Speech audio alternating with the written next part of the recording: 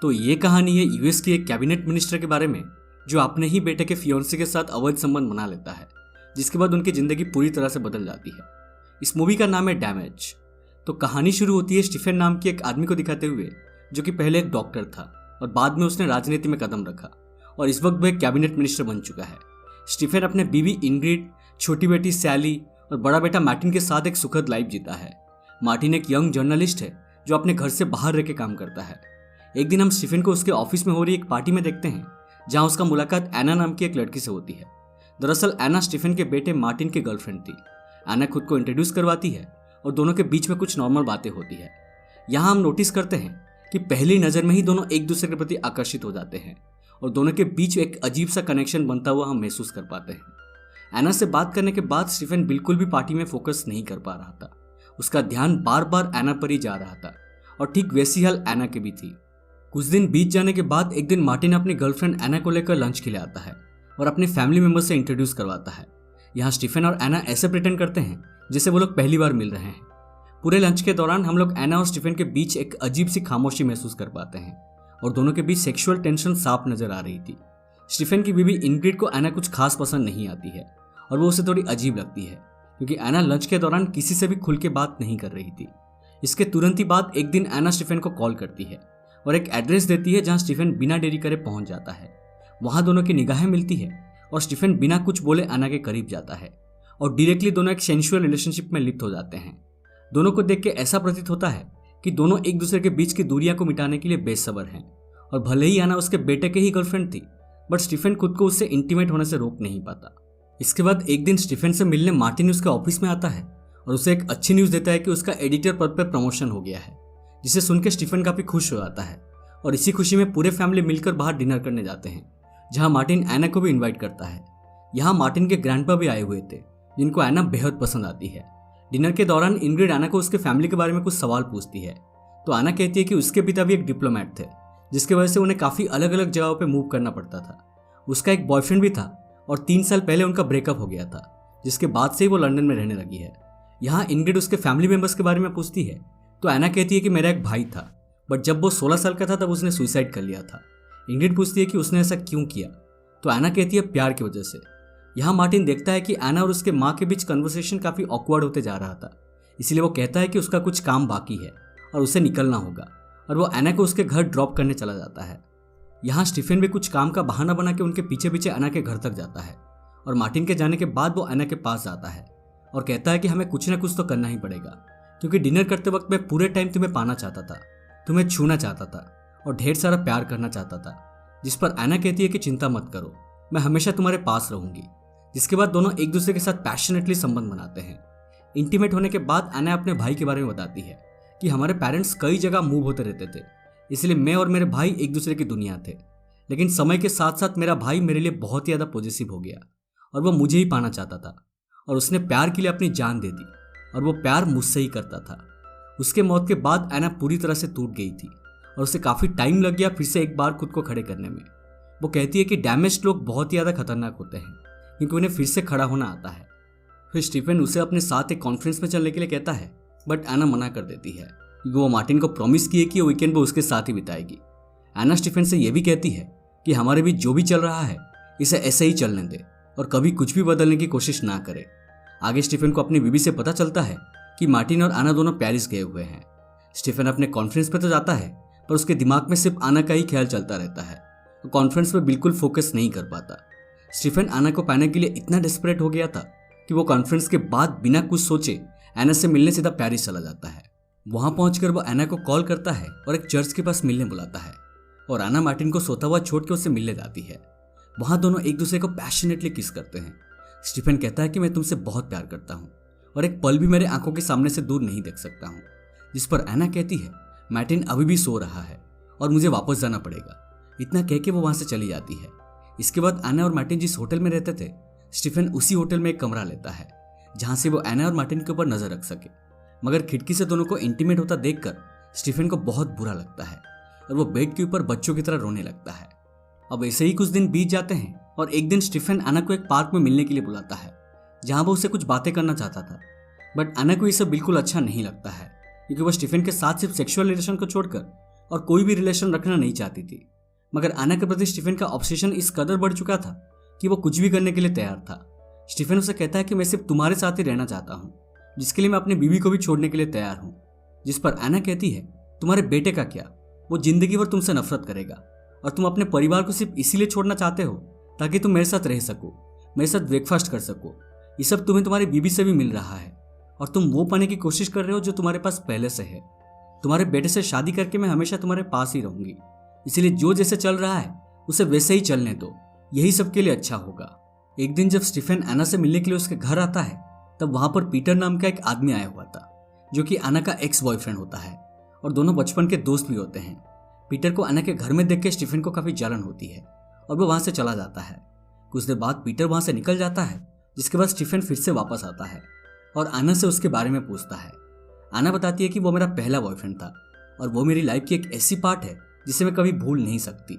एक दिन मैं उसके साथ डेट पर गई थी और जब वो मुझे घर छोड़ने आया तो मुझे कार में ही किस करने में लग गया और ये सब मेरा भाई ऊपर की कमरे से देख रहा था और उसे पीटर के ऊपर काफी गुस्सा आता है। घर में घुसने के बाद वो आना से पूछता है कि क्या तुम अब सबके साथ डेट पर जाओगी, क्या मैं तुम्हारे लिए कोई मायने नहीं रखता। जिस पर आना उसे कोई जवाब नहीं देती है और दरवाजा बंद कर देती है और उसका भाई 2-3 घंटे तक उस दरवाजे के पास खड़े रहकर उसे माफी मांगता है और दरवाजा खोलने बोलता है, पर वो दरवाजा नहीं खोलती। कुछ समय के बाद बाहर से आवाज आना बंद हो जाता है और सुबह उठ के वो देखती है कि उसके भाई ने सुसाइड कर लिया है, जिससे आना को बहुत बड़ा सदमा लगता है और दुख की इस घड़ी में पीटर ने उसका साथ दिया था और वो पहली बार उसके साथ ही इंटीमेट हुई थी। ये सब सुनकर स्टीफन को आना के लिए हमदर्दी होती है और उसे काफी बुरा लगता है। अगले दिन इंग्रिड का जन्मदिन होता है, जिसको सेलिब्रेट करने के लिए पूरे परिवार के साथ वो अपने पिता के घर जाती है, जहां पर मार्टिन एना को भी इनवाइट करता है, जो कि इंग्रिड को बिल्कुल पसंद नहीं आता। वहां ग्रैंडपा सबको बताते हैं कि कैसे ये लोग बचपन में यहाँ आया करते थे, जिस पर मार्टिन कहता है कि हालांकि उसे बचपन में किसी भी चीज की कमी नहीं हुई थी, बट उसे अपने परिवार में एक अजीब सा खालीपन महसूस हुआ था, जिसका जिम्मेदार वो अपने पिता स्टीफन को ठहराता है और कहता है कि उसके पिता ने कभी भी अपने परिवार पर ध्यान नहीं दिया। अगले दिन जब सब लोग लंच कर रहे होते हैं, तब मार्टिन अनाउंस करता है कि एना ने उसके साथ शादी करने के लिए हाँ कर दी है। ये सुनकर ग्रैंडपा बहुत खुश होते हैं, लेकिन इंग्रिड और स्टीफन बिल्कुल खुश नहीं लग रहे थे, स्पेशली स्टीफन, जो एना का किसी और के साथ होना इस बात को हजम ही नहीं कर पा रहा था। इसके बाद हम मार्टिन और स्टीफन को एक साथ देखते हैं, जहाँ मार्टिन स्टीफन से अपनी पिछली रात के बर्ताव के लिए माफी मांगता है। स्टीफन कहता है कोई बात नहीं। वो मार्टिन से पूछता है कि उसने कब एना को शादी के लिए प्रपोज किया था और क्या एना ने एकदम से हाँ कर दी। मार्टिन कहता है कि वो कुछ दिन पहले ही प्रपोज किया था। वो बताता है कि जब वो और एना एक साथ होते हैं तब वो अपने सारे गम भूल जाता है और उसे एना में एक अजीब सी सैडनेस दिखाई देती है, जो कि उसके तरफ और भी अट्रैक्ट करती है। वो जानता है कि वो एना से शादी करके उसे एक अच्छी जिंदगी दे सकता है। मार्टिन की कही एक एक बात स्टीफन को कांटे की तरह चुभ रहा था, बट वो उसके सामने खुश होने का नाटक करता है। रात में सबके सो जाने के बाद स्टीफन चुपके से एना के कमरे में जाता है, जहां दोनों फिर से इंटीमेट होते हैं। लेकिन जब स्टीफन एना के कमरे से बाहर निकल रहा था, तब उसकी बेटी सैली उसे देख लेती है। अगले दिन स्टीफन आकर सैली को समझाता है कि क्योंकि मार्टिन और एना अब शादी करने वाले हैं और एना ना तो तुम्हारी माँ को और ना ही मुझे पसंद है, इसलिए वो एना से कुछ बातें करना चाहता था, इसलिए वो एना के कमरे में गया हुआ था। ये सब सुन के सैली कुछ रिएक्ट नहीं करती और गुड नाइट बोल के सोने चली जाती है।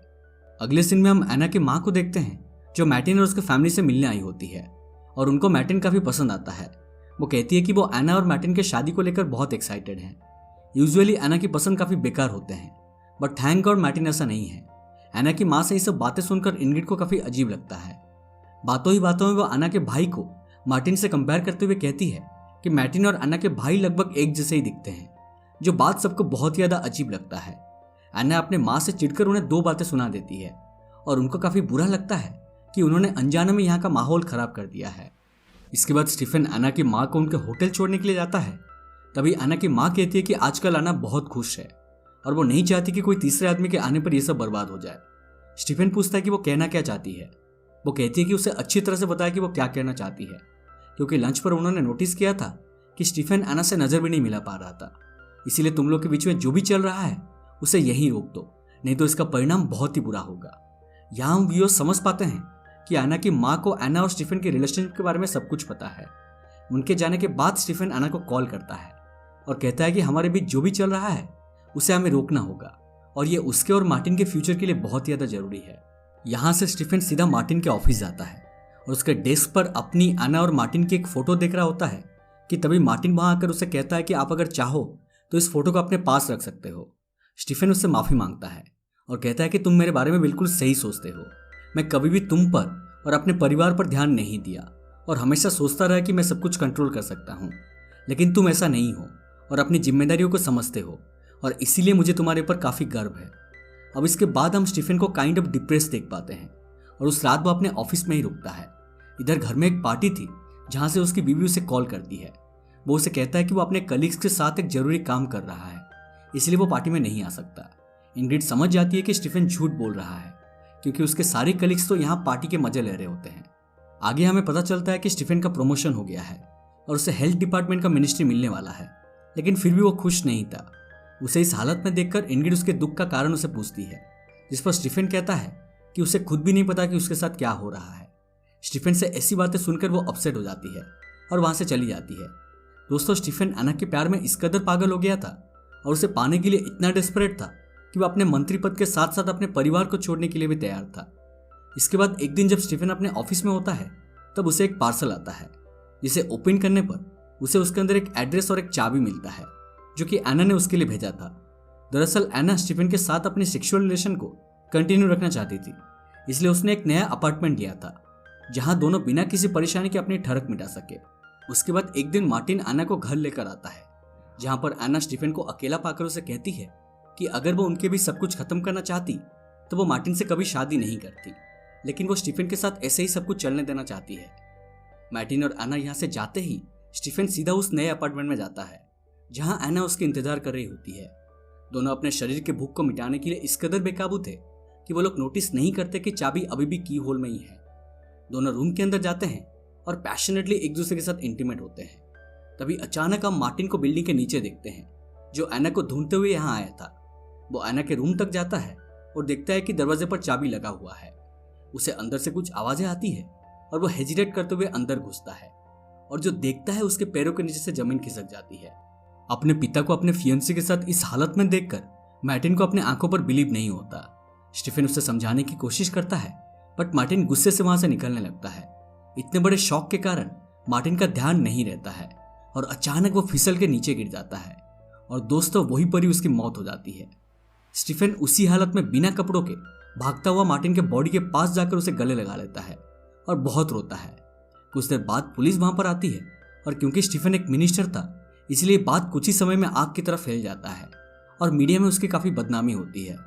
एना को भी मार्टिन के मरने का काफी दुख होता है और वो चुपचाप रूम से निकल के कहीं चली जाती है। उसी रात जब स्टीफन घर आता है तब वो इंग्रिड को काफी बुरी हालत में देखता है। वो कहती है कि वो इस दर्द को बर्दाश्त नहीं कर पा रही थी, इसलिए उसने खुद को चोट पहुंचा लिया। वो ये भी बताती है कि मार्टिन को एना के नए अपार्टमेंट के बारे में नहीं पता था। उस घर के मालिक ने घर पर कॉल किया था और तब जाके मार्टिन वहां गया था। अगर मार्टिन को ये सब बात पता नहीं चलता तो तुम हम दोनों को धोखा देते रहते। वो स्टीफन को काफी बुरा भला सुनाती है और कहती है कि मेरे बेटे के बदले तुम्हें मर जाना चाहिए था उसी दिन जब तुम दोनों के बीच में ये अवैध रिलेशन का शुरुआत हुआ था।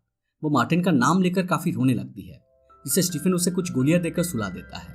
अगली सुबह जब वो नींद से उठती है तब स्टीफन उसके सामने था। वो पूछती है कि क्या तुमने कभी मुझसे सच में प्यार किया भी है। इस सवाल का स्टीफन के पास कोई जवाब नहीं था। इंग्रिड कहती है कि काश हम दोनों कभी मिले ही नहीं होते। इसके बाद स्टीफन अपने मंत्री पद से इस्तीफा देता है और आखिरी बार एना से मिलने जाता है, जहां पर एना की माँ उसे झूठ बोलती है कि एना घर में नहीं है, वो पीटर के पास चली गई है। स्टीफन वहां से निकल रहा होता है बट वो समझ जाता है कि वो झूठ बोल रही है, बल्कि एना घर पर ही मौजूद है। वो एना से मिलने उसके कमरे में जाता है बट वो उससे बात करना नहीं चाहती थी, जिससे अपसेट होकर स्टीफन वहां से चला जाता है। अब इसके बाद हमें कुछ साल बाद की कहानी दिखाई जाती है और हम स्टीफन को देखते हैं जो कि सब कुछ छोड़कर एक छोटे से शहर में शिफ्ट हो गया है और एक नॉर्मल लाइफ जी रहा है। वो हमें बताता है कि प्यार से बेहतर इस दुनिया में कोई चीज़ नहीं है, लेकिन अब वो बहुत अकेला पड़ चुका है और अपने बेटे और एना को अक्सर याद करता है। हम देख पाते हैं कि वो मार्टिन की दी हुई फोटो को बड़ा करवा के दीवार पर लगाया हुआ है और अपना ज़्यादातर समय उस पिक्चर को देखते हुए बिताता है। वो कहता है कि उसने आखिरी बार के लिए एना को एयरपोर्ट में पीटर के साथ देखा था और उसके हाथ में एक बेबी थी। वो सब कुछ भूल के अपने लाइफ में मूव ऑन कर चुकी है। उसे लगता था कि एना बाकी लड़कियों की तरह नहीं है, बट वो गलत था। एना भी बाकी लड़कियों की तरह ही निकली और इसी के साथ मूवी यहीं पर खत्म हो जाती है। तो ये थी डैमेज मूवी की पूरी कहानी। दरअसल स्टीफन आना के प्रति अपने आकर्षण को अभी भी प्यार समझ रहा था, लेकिन वो भूल गया था कि इस दुनिया में हर चीज का एक दायरा होता है। लिमिट के बाहर कोई भी चीज हमको नुकसान पहुंचाती है, चाहे वो प्यार ही क्यों ना हो। स्टीफन ने कुछ पलों के मजे के लिए अपना एक प्यारा सा परिवार को बर्बाद कर लिया था और अब वो अकेला था और शायद आगे भी अकेला ही रहेगा। उम्मीद करता हूँ कि आपको एक्सप्लेनेशन पसंद आई हो। अगर पसंद आए तो प्लीज़ हमारे वीडियो को लाइक करें, शेयर करें और हमारे चैनल को सब्सक्राइब करके हमें सपोर्ट कीजिए और साइड वाला बेल आइकन को भी दबा दीजिए, क्योंकि हम ऐसे ही इंटरेस्टिंग एक्सप्लेनेशंस लाते रहते हैं। मिलते हैं अगले वीडियो में, तब तक stay safe and take care.